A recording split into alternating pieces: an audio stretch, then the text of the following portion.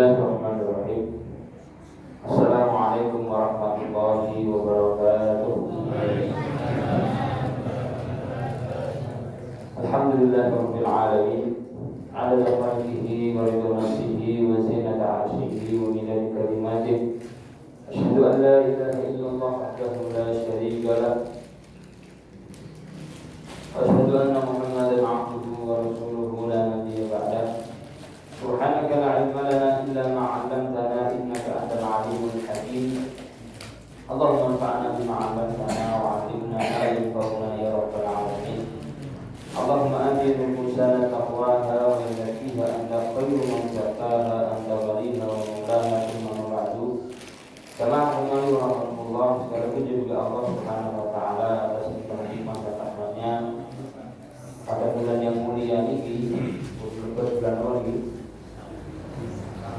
bulan Muharram ini. Dan ini adalah bulan yang sangat mulia. Sampai-sampai Rasulullah itu membedakan namanya, Pak. Biasanya beliau menyebut bulan ini, bulan Ramadan atau bulan Syawal, bulan Dzulhijjah.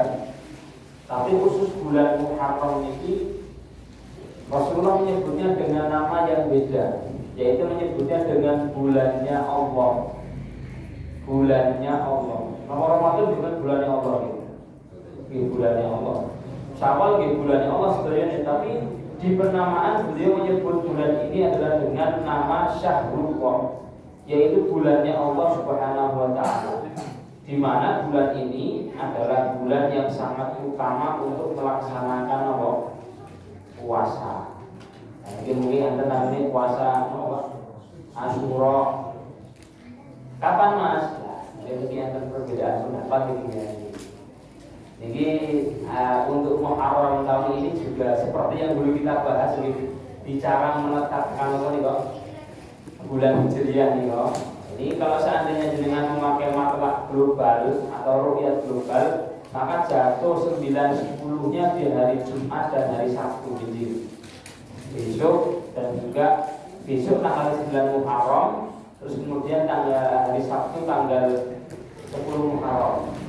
Kalau pakai rukyat yang ada di Indonesia ini, maka ditetapkan hari Sabtu adalah 9 Muharram. Terus kemudian hari Ahadnya adalah 10 Muharram. Nek jenengan anjing mendet selamat nggih pun mangkoso Jumat, Sabtu, Minggu.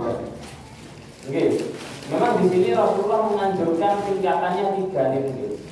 Kalau bisa puasa 10 Muharram, yaitu pas Asyura, itu minimal. Kalau ingin ditambah lagi puasa 9 dan juga 10. Di riwayat Imam Ahmad, Rasulullah mengajak kita untuk menyelisih orang Yahudi. Qalibul Yahud, selisilah Yahudi. Puasalah qablahu yauman wa ba'dahu yauman, yaitu puasalah 9, 10, 11. Berarti tinggal 3 hari. Hari 9, tanggal 9, 10, 11. Kalau kita puasa Jumat, Sabtu, Minggu, insya Allah pasti dapat 10 Muharram, yaitu adalah pas hari Asyura yang pahalanya insya Allah bisa menghapus dosa dan 1 tahun. Yang al-mulai, tak kurang didosa ya Mas.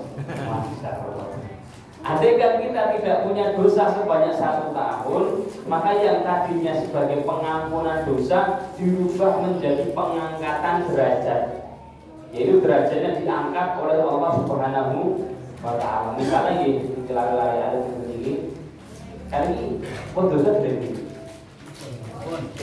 Betul dong, itu lari-lari gitu. Derek balik ini, kata jenengan.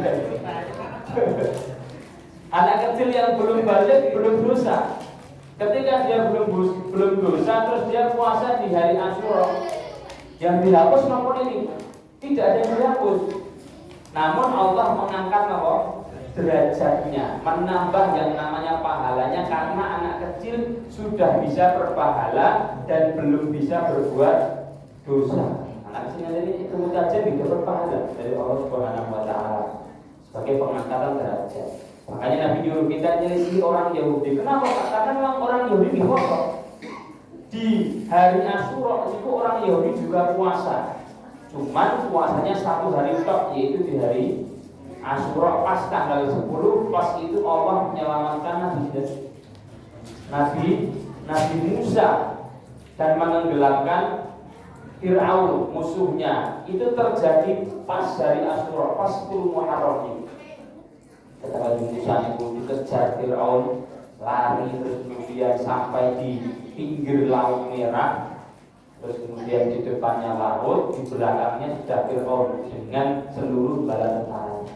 Itu itu ditakdir oleh Allah, tidak satu pun bala tentara Fir'aun yang tidak ikut kejar Musa. Kan jadi di salah ini. Harusnya kan sing moyak ilmu intet ngoten nggih. Rajane ngiting beliau mawon itu tidak mau rajanya, seluruh bala tentaranya ngejar. Maka kemudian Bani Israel, yaitu adalah pengikut Nabi Musa, mengatakan wah ini sudah di belakang kita ada Fir'aun, depan kita ada laut, kita akan tertangkap. Tapi Nabi Musa dengan keyakinannya kepada Allah, ini Allah akan menolong kita. Kalla inna ma'iya rabbi sayahdi. Senantiasa tidak kalau ketangkep, Allah sudah janji kita akan dimenangkan. Betul, disuruh mukul tongkatnya ke lautan terus terbelah, terus kemudian Nabi Musa selamat, Fir'aun tenggelam.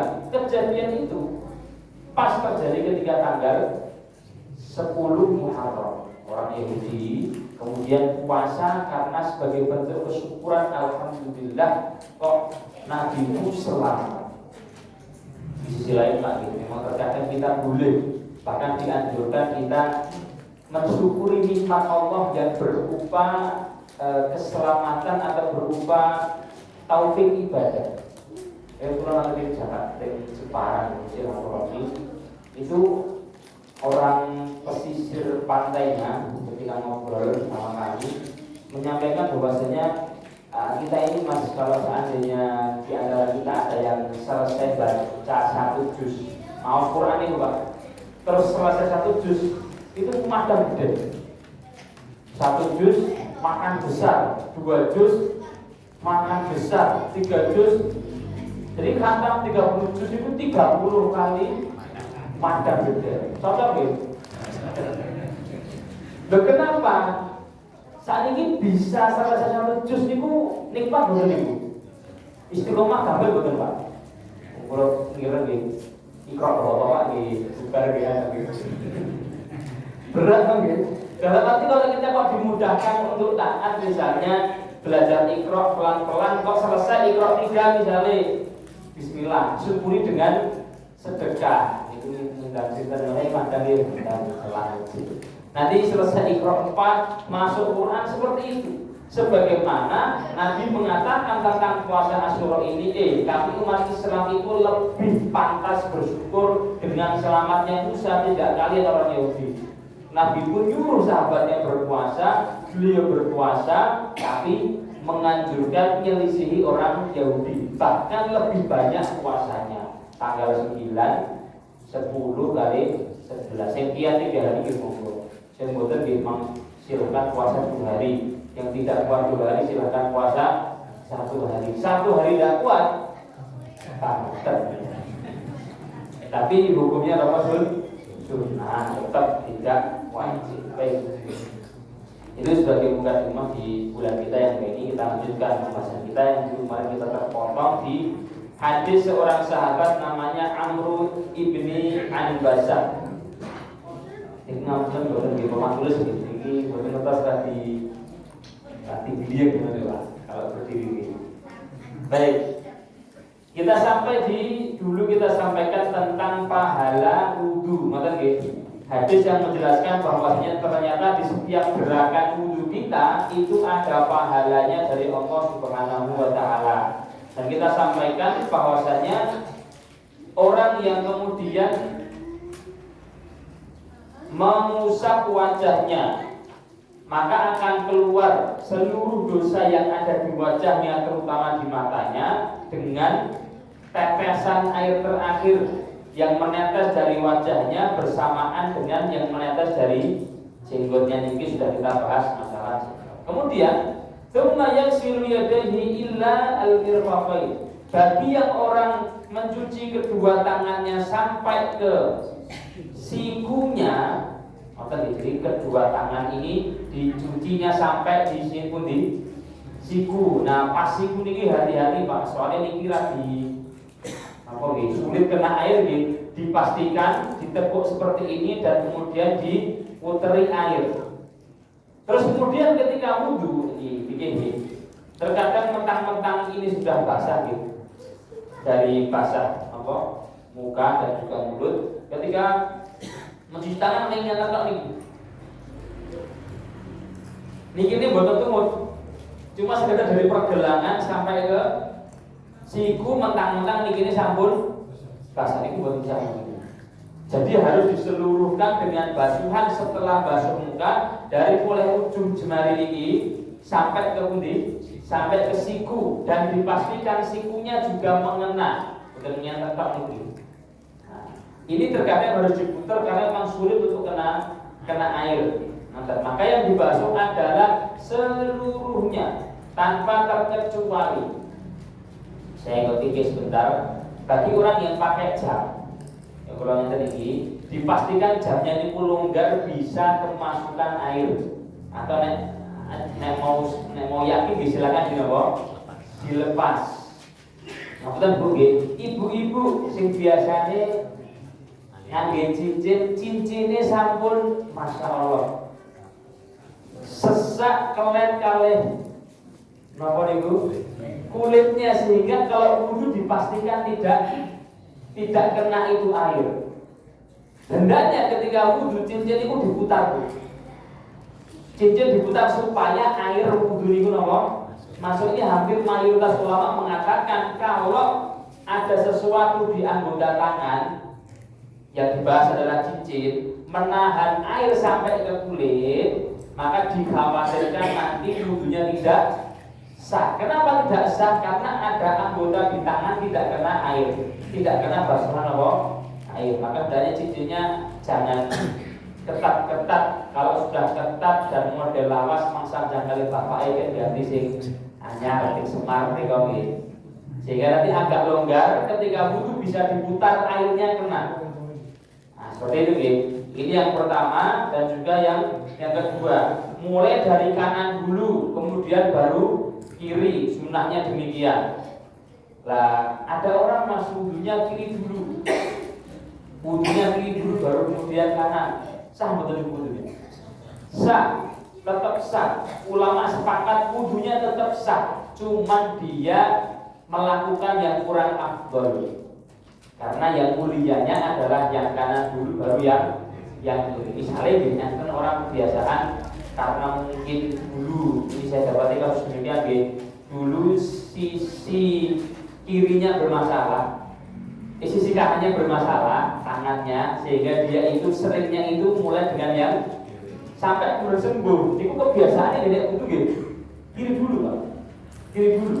Kemudian kakinya juga bermasalah, dia kalau nyiram itu kiri dulu karena ngambil air pakai kanan, terus yang lebih mudah kan silang disiram kiri dulu. Apakah itu sah wudhu? Bisa. Tapi afdolnya adalah yang kanan baru kemudian yang kiri. Kita sempurnakan basuhan wudhu dari ujung kuku sampai pergelangan tangan ini, maka akan keluar illa jarab khotoya yadaihi, maka akan keluar seluruh dosa dari tangannya hatta takhruj min anamilihi, sampai akan keluar bersamaan tetesan di akhir jemari. Nah, kalau kita bahas dosa tangan banyak tak kira-kira? Iya guys, menjawab biar kalau lebih demikian. Dosa tangan kita ini yang kita sengaja atau tidak sengaja, nyubit tak sengaja, misalnya mukul tak sengaja, atau sakniki dosa paling banyak dosa jemari gitu. Di sini loh mas, ngetek sama ini, ngetek HP ini gitu. Dosa jemari yang mungkin sangat banyak itu, nah maka insya Allah akan gugur dengan basuhan wudhu. Setelah ini kalau kita wudhu bersamaan dengan mengusap tangan, kita yakinkan ya Allah ampunilah dosaku yang ada di tangan sehingga akan berkeluaran. Setelahnya Tsumma yamsahu ra'sahu, kemudian dia akan mengusap apa ini? Rambutnya atau kepalanya. Illa jarat khotoya ra'sihi. Ketika dia mengusap kepala ini sih diusap pun Pak. Ada perbedaan antara mengusap sama membasuh gitu. Itu pernah kita sampaikan gitu. Membasuh itu harus dengan apa? Air yang mengalir. Itu namanya basuhan. Kalau wudu pakai tisu basah, sah boten Ibu? Wudu pakai tisu basah, sah boten? Boten. Kenapa tidak sah? Karena tidak ada air yang mengalirkan teles Mas. Iya basah, tapi basah itu bukan basah aliran air. Maka nggih, maka dulu ya pernah ada video Ibu wudu nggih, napa Ibu? Semprot ngaten iki terus diusap niku boten sah wudu. Kenapa tidak sah? Karena tidak ada aliran apa? Air khusus untuk muka, tangan dan juga kaki. Tapi untuk kepala cukup diusap, tidak perlu ada aliran air. Jadi kita masukkan tangan ke dalam air, terus kemudian kita buang air, sekedar tangan kita ini basah dengan air baru. Nah inilah untuk mengusap yang namanya kepala. Mengusap itu pun tak pola. Yang tetap apa berikut sempurnanya adalah mulai dari depan yang tadi, terus ke belakang, terus kemudian dikembalikan ke depan lagi. Ini yang paling afdal demikian, dari mulai depan, terus ke belakang, terus kemudian ke depan lagi. Ibu-ibu protes, rambutku doang Mas. Lek pripun ngoten niku, ngapunten Bu nggih, nanti juga rambutnya doang panjang. Rasulullah itu rambutnya panjang. Makanya ketika itu ada seorang tabiin datang ke seorang sahabat mengatakan bahwa Nabi niku wudunya cuma 1 mud, kurang lebih 1 liter. Ada tabiin yang protes, wah cukup buatku rambutku dogo. Tidak cukup bagi saya. Sahabat kemudian mengatakan 1 liter itu cukup bagi dia yang lebih mulia darimu dan rambutnya lebih panjang dari kamu. Sinten? Rasulullah Shallallahu Alaihi Wasallam. Tetap diusahakan demikian sepun nang pedasnya yang memiliki rambut. Seret, terus balik dia melihat seret. Nah, sehingga seluruhnya itu kena. Lemas sanjani ngenten tok pun sah. Betul Pak. Betul kata ini lho. Nggih kita di dalam beragama ini ngambil yang paling selamat untuk agama kita. Ngoten nggih. Nah kita ingin gagas pendapat, ada nggak pendapat yang mengatakan sah? Ada. Di mata Syafi'i itu yang penting kena sedikit rambut di sisi kepala, maka wow, sah. Tapi menurut Imam Ahmad tidak sah. Kenapa tidak sah? Karena Nabi wudunya selalu kena semua rambutnya. Dari dari depan sampai ke belakang terus dikembalikan ke depan lagi. Sekarang kalau kita soal apa susahnya sih buka peci ini, gitu. Kemudian basahi tangan dari depan ke belakang ke depan lagi. Sebenarnya mana bisa Pak? Setengah menit bukan yang tadi. Tapi wudhu kita disepakati oleh ulama sah. Nah, pengen tadi tahu sisi tadi wow. Lah ini pun di soal ini ada yang mengatakan tidak sah. Daripada ragu, silakan ambil yang selamat dengan mengusap semua sisi rambut. Yang berbeda rambut, yang penting diusap atau mawar di sisi kepalanya di atas. Kalau seandainya kita mengusap kepala, maka akan kharajat khotoya roksihi, akan keluar seluruh dosa yang ada di dalam kepalanya. Memang kepala kita itu dosa. Kepala kita apa ada dosanya? Ada. Nomor itu Pak. Mikir saya aneh, kata dulu. Jadi ada ulama merincikan tentang yang namanya besitan di dalam benak kita. Ada 5 tingkatan yaitu adalah besitan pertama namanya hajis. Tiba-tiba sliver itu pengen maksiat. Kadang-kadang boten boten apa jenenge? Boten tidak niat maksiat kok delok ada uang di kotak amal ora perlu sithik. dereng nyemplung, dereng pulang nek. Masya Allah, kan betul. Mikirnya aneh berapa? Wah ini itu terbesit pertama kali itu tidak dosa, belum dosa. Terus kemudian ketika diiyakan, ayat ya. Nah, mayat itu ketika diikuti itu sudah hampir dosa. Ketika dihasratkan, sepi kok. Nah, ketika dia noleh nyari sepi, tidak ada orang, meskipun itu pernah ngambil dari belum, baru mau dong dengan yang terbesit di kepalanya, itu sudah dihitung dosa. Karena berhasrat untuk melakukan yang namanya dosa. Andaikan pertama kali haram, nolong sudah di masjid, lihat baik, kali gitu, kali berdoa haram ya.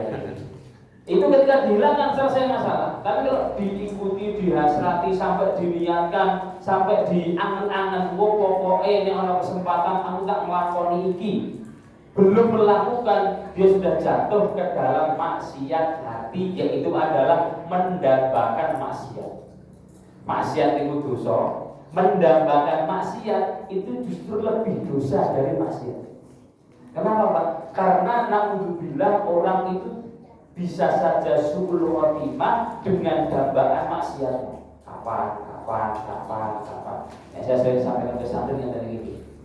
Kalian jangan sampai merasa lebih baik daripada orang yang ada di luar pondok. Kalian mungkin di pondok melakukan kebaikan, tapi jangan sampai kalian di sini melakukan kebaikan karena ada lingkungannya, karena ada luarnya, tapi di hati kalian mendambakan kapan bisa maksiat. Wujudnya di pondok, jasadnya di pondok, tapi hatinya penuh oleh liburan aku tak maksiat. Dan itu bahaya. Justru mereka yang di luar, yang mungkin sekarang terjerumus dalam kemaksiatan, tapi di lubuk hatinya paling dalam ada yang mengatakan, ya Allah, kapan aku bisa baik, saya kapan bisa melakukan baik. Itu bisa jadi lebih baik dari kalian. Yang ini bisa potensi husnul khotimah karena mendambakan kebaikan. Yang ini bisa potensi suul khotimah. Tidak kemudian membenarkan maksiat, bebas dan tidak. Tapi dambaan untuk maksiat itu adalah dosa, dambaan untuk ketaatan itu adalah kebaikan yang sangat luar biasa. Itulah maksiat di kepala ini. Mikir yang aneh-aneh, terus kemudian ngalor ngidul, nyoal yang harusnya tidak disoal, harusnya sami kawa atau anak. Ketika kita wudu, itu akan berguguran dosanya dengan tetesan rambut terakhir. Tumayang silu qadamai setelahnya, rukun setelahnya, yaitu adalah dia mengusap kedua kakinya ilal ka'baini sampai ke mata kaki. Dan dalam mencuci kaki atau membasuh kaki itu sebagian ulama mengatakan sembari dipijak atau ditekan yang lebih, karena memang kulit di kaki beda dengan kulit yang di tangan. Kadang kalau disiram tok airnya kena nggak itu? Kadang tidak kena secara menyeluruh karena mungkin ada yang model kulitnya seperti daun talas gitu. Nah kalau itu lewat tok terus, sehingga harus agak ditekan, dipastikan supaya betul-betul air itu terkena kulit sembari di sela-selanya tadi. Nah, karena ini pun harus kena yang namanya air sela-sela dari sembari ini harus di sela-sela. Dan terlebih di sisi belakang tumit, nah itu harus dipastikan itu benar. Ketika kita membasuh kaki, kata Nabi Shallallahu Alaihi Wasallam, illa kharajat khotoya rijlaihi, akan keluar dosa dari kakinya. Melangkah ke yang tidak baik atau menginjakkan di tempat yang tidak baik dan seterusnya dari dosa kaki ini akan keluar dengan air terakhir. Baik, ini yang kita kenal dengan rukun wudu ini. Yang pertama apa itu? Niat gitu. Terus membasuh apa? Muka, ditambah dengan apa ini? Kumur dan memasukkan air ke dalam hidung. Terus kemudian membasuh tangan sampai ke siku, mengusap kepala, rambut ke kepala dengan seluruhnya. Terus kemudian mencuci apa? Kaki, dan terakhir adalah harus urut. Wajib apa? Urut. Aku kecil masuk muka sih jajal tadi tangan sih lah. Tangan baru muka. Nah, itu tidak sah wudunya karena tidak apa? Tidak urut. Wajib urut. Kalau seandainya tidak urut, misalnya pikirannya lebih kata, mikir tentang mikir nopo ada gitu. Wudu niku ngeten sambil ngalamun ngoten niku justru langsung tangannya tadi. Tangan terganggu. Terus kita cari itu kayak musik. Belum terasa, astagfirullahaladzim. Belum apa nih? Belum basuh muka. Apa yang dilakukan? Ngulangi lagi basuh muka. Atau misalnya sebaliknya, basuh muka. Sudah basuh muka harusnya tangan, dia langsung kaki. Kakek pikiran itu mungkin. Apa yang dilakukan? Tidak mengulangi basuh muka, tapi langsung ke setelah basuh muka, yaitu apa? Tangan. Basuhan mukanya sah, basuhan kakinya tidak sah. Kenapa tidak sah? Karena tidak urut. Setelah itu bagi yang sempurna wudunya, fa'in huwa qoma fasolah. Kalau dia melakukan 2 rakaat sholat, ini enten sholat wudu namanya, yaitu 2 rakaat yang dilakukan setelah melakukan apa? Wudu. Kapanpun boleh, kecuali di waktu yang dilarang di dalamnya sholat. Ini dulu ada sahabat namanya Bilal bin Rabah. Beliau setiap kali selepas wudu itu sholat 2 rakaat. Wudu sholat 2 rakaat. Wudu sholat. Nabi SAW di mimpinya mendengar hentakan sendalnya Bilal di surga. Jadi Bilal kok sendalnya dengan surga ini? Ada apa ini? Ada amalan apa? Ditanya, wahai Bilal, kenapa kok saya dengar hentakan sendalmu di surga ya? Amalanmu apa yang kamu lakukan? Kata Bilal, wahai Rasulullah, tidaklah saya wudu kecuali setelahnya saya sholat 2 rakaat. Maka sholat setelah wudu 2 rakaat dianjurkan. Itu akan mengiring kita masuk ke surganya Allah Subhanahu wa ta'ala. Angsal-angsal boleh diiyakan oleh Rasulullah SAW dan boleh dilakukan kapanpun kecuali di waktu yang dilarang di dalamnya sholat. Mas kini tak rapel ya mas?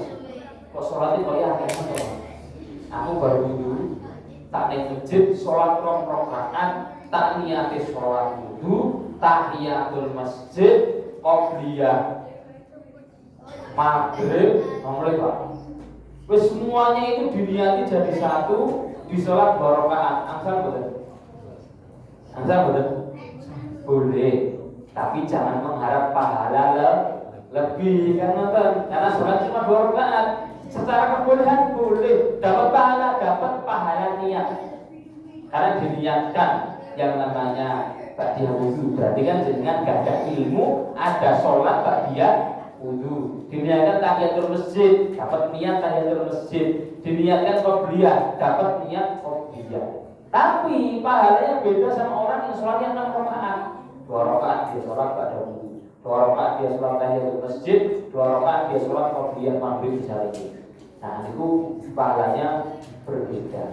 Sampai-sampai di hadis ini Nabi mengatakan, man qoma fasolah, siapa yang sholat terus kemudian memuji dan memuja Allah Subhanahu wa ta'ala, wa faragha qalbahu lillah. Ketika dia sholat 2 rakaat, dia mengosongkan hatinya untuk Allah Subhanahu wa ta'ala.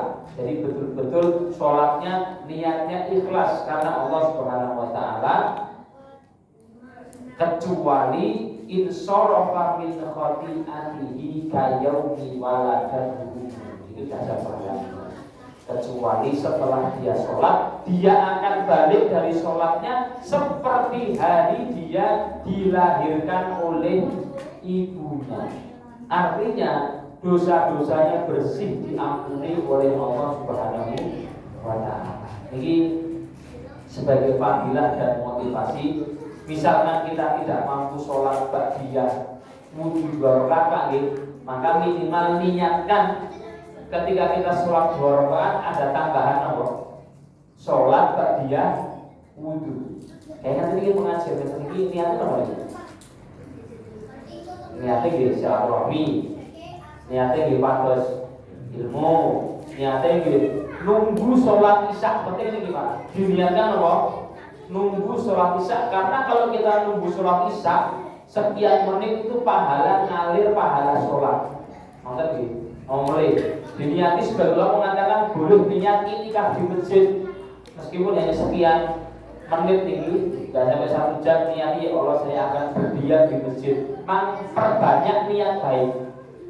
Karena niat baik itu akan juga mengangkat pahala kita. Ada seorang tabi'in itu gitu. Namanya Sufyan bin Uyainah mengatakan saya itu datang ke Masjidil Haram, saya punya 100 niat. 100 niat. Niat tawaf, niat ngambil ilmu, niat melihat Ka'bah, niat sholat barokah di Masjidil Haram, niat silaturahmi, niat jawab salam, niat nyalami ustadz misalnya gitu, supaya dosanya apa ibu gugur dan seterusnya. Perbanyak niat baik. Ini adalah hadis yang kedua dari kitab Fadhailul A'mal. Masuk ke hadis yang ketiga.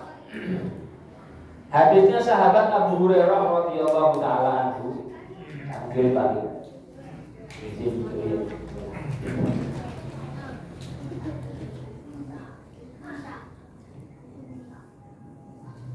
Rasulullah Shallallahu Alaihi Wasallam mengatakan, "Ala nadullukum ala ma yaqulullahu bihil khataya."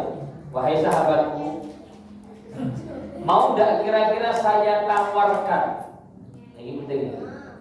Memang Nabi itu kadang di dalam ngajak sahabatnya untuk menimba ilmu itu beliau tidak ada sisi maksa. Dan sangat sering itu lafal Nabi mau ndak. Maksudnya, nek boten purun nggih. Nggih pun, monggo. Kayaknya tadi Pak kajian ini. Sangat tidak pernah dan insya Allah tidak akan pernah tiba-tiba kami datang ke masjid, Pak, besok masjid tak isi kajian gitu. Saya kan loh, aku sopo. Kami kalau nggak diundang, nggak dipanggil gitu, ya pun, maksud duduk nopo, dugi ceramah, dan diurus sopo ya ini. Kalau saya diundang, kan setidaknya jamaah sudah ingin menimba ilmu, sudah betul-betul niat adanya kajian nanti bismillah. Makanya Nabi selalu menawarkan dulu ke sahabat, mau tidak kira-kira saya beritahu kalian ilmu? Andai jawaban sahabat tidak mau, Nabi diam sudah. Memang nggak pernah ada juga sahabat yang mengatakan kami nggak mau ya Rasulullah, tidak.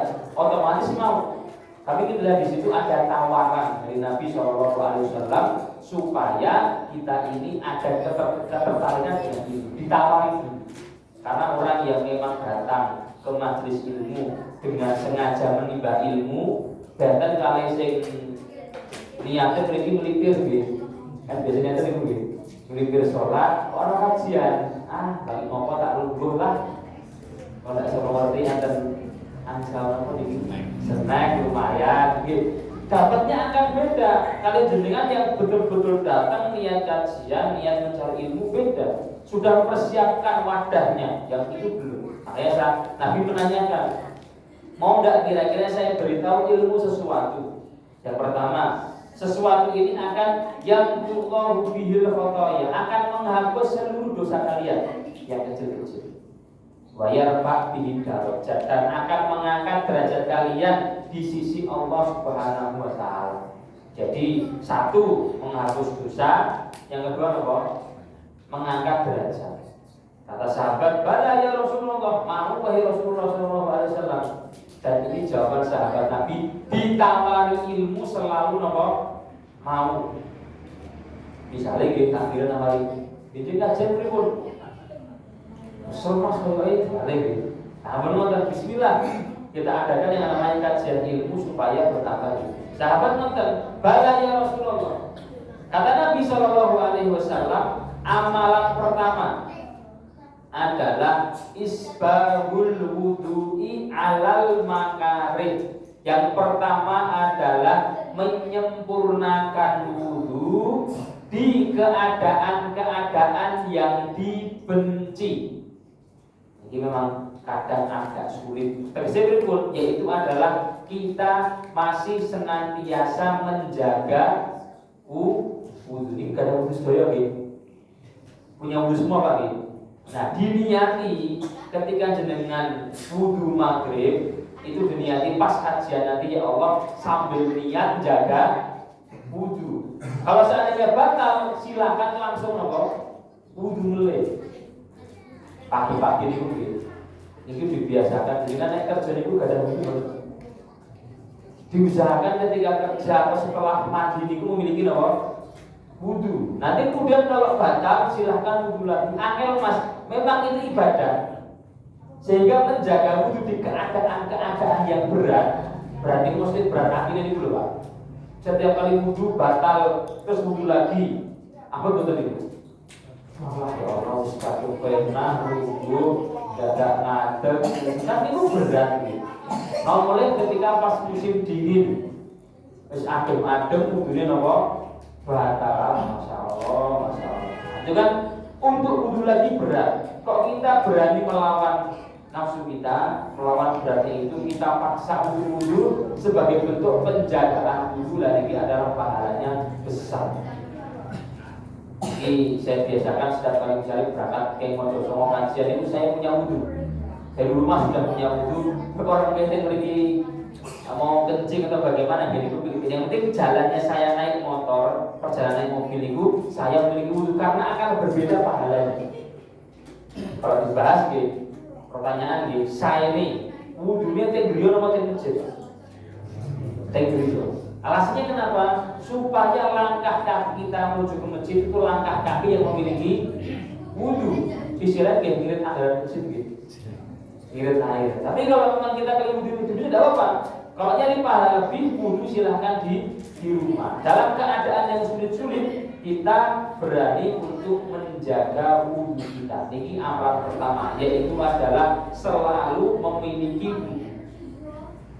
Sekaligus ini solusi gratis untuk mengglowingkan wajah, yaitu selalu wudhu. Pokoknya wudhu harus dewe kan.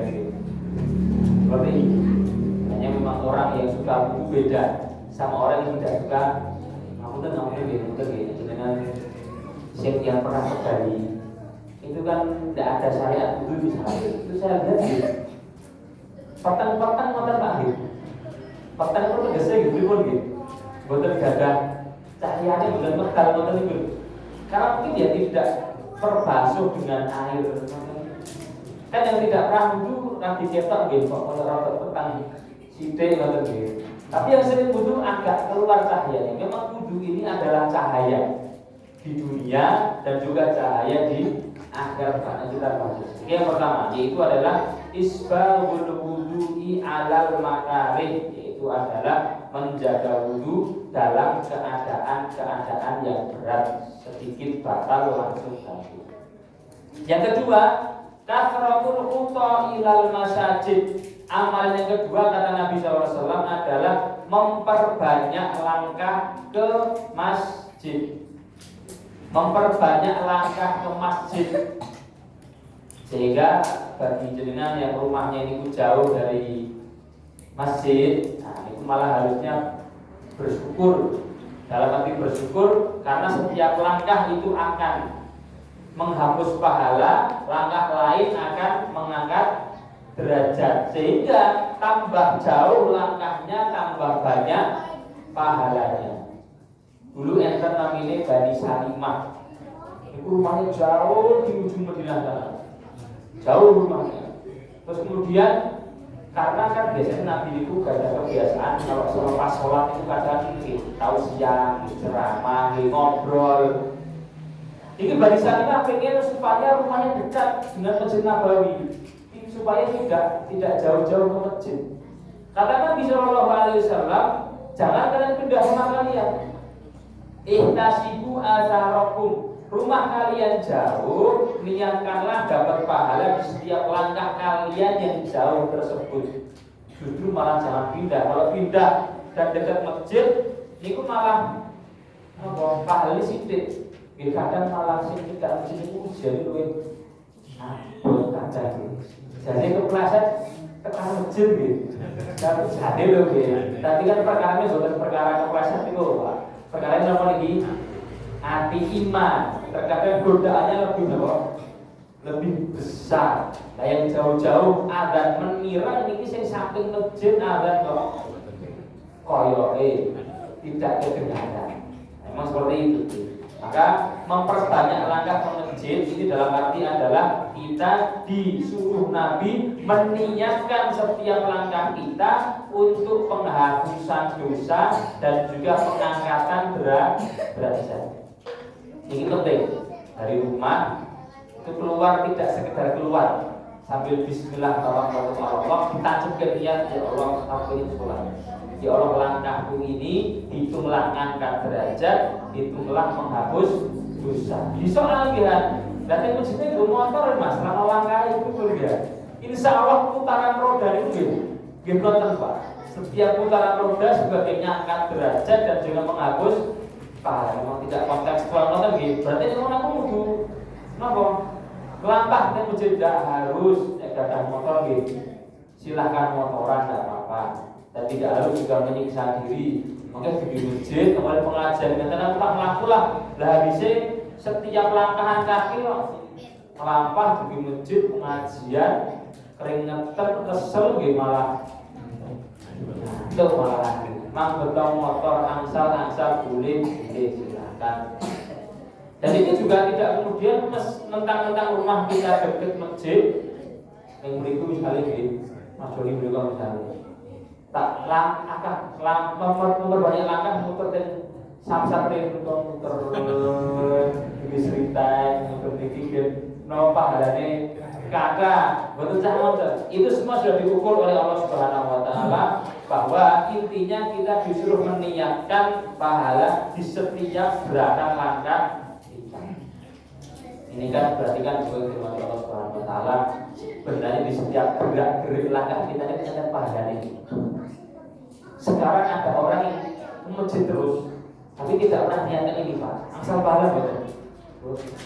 Inilah mulianya ilmu. Jadinya yang sudah dengar hadis ini meniatkan dapat pahala. Tapi yang nggak tahu itu, terus kemudian tidak tahu ilmu yang tidak meyakininya, sekedar melakukan beda sama yang meniatkan sama yang mengilmui.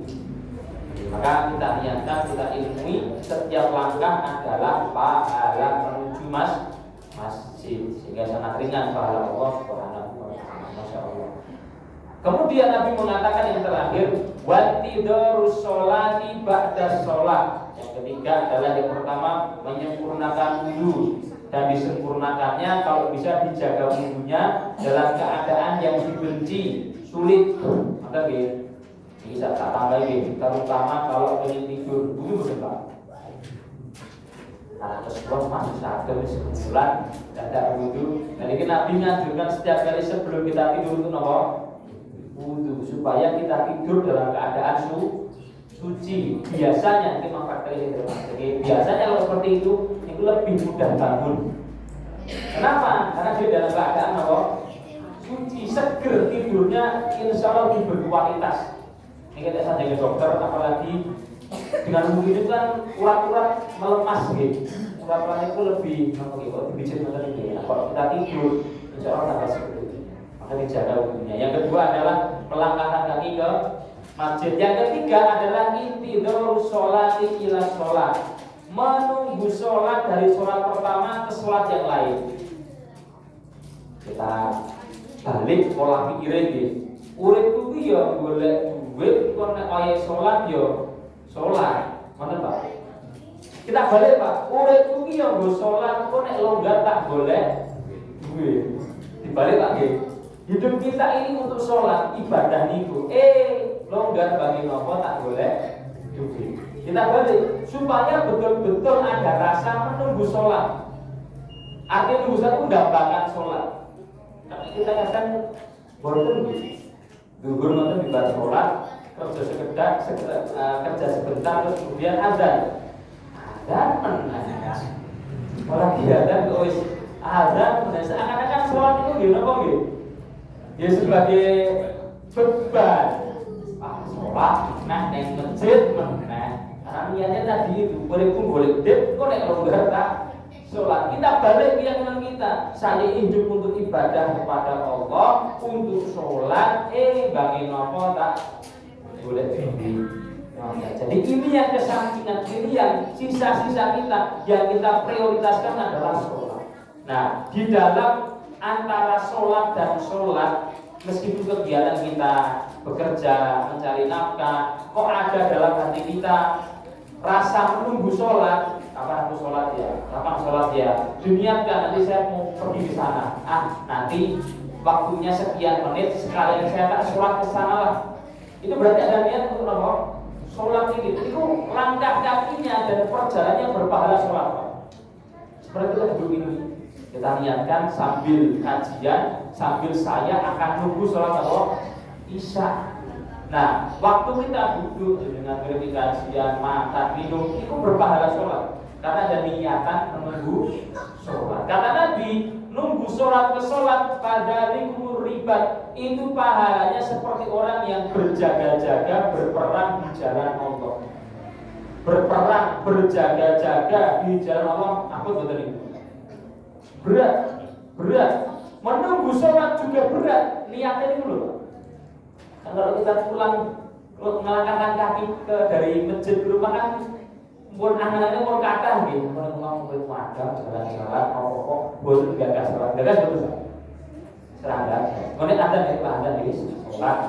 Nah, menghadirkan dalam hati saya itu hidupnya nunggu sholat itu berat. Makanya beratnya pahalanya sama dengan berjaga-jaga di jalan Allah. Kalau kita dikasih kesempatan duduk di masjid, pengajian yang tertinggi, kebetulan pengajiannya juga antara maghrib sama isya. Ini cocok dulu Pak. Kita pertama bibar isya nih boleh ajeng menyampaikan nunggu sholat kok kayak sholatnya kan doang gitu. Subuh soalnya. Nah, pada maghrib isya ini ada pahala yang terkumpul banyak sambil nunggu waktu sholat isya. Ini diniatkan supaya dapat pahala lebih. Setiap niat kita akan mengangkat derajat dan menghapus dosa. Kata Nabi hadis riwayat ini diyakini kemudian diamalkan di dalam hati karena semuanya adalah amalan hati ini sehingga lebih berkualitas amalan kita insya Allah. Demikian wallahu ta'ala alam wa Assalamualaikum warahmatullahi wabarakatuh.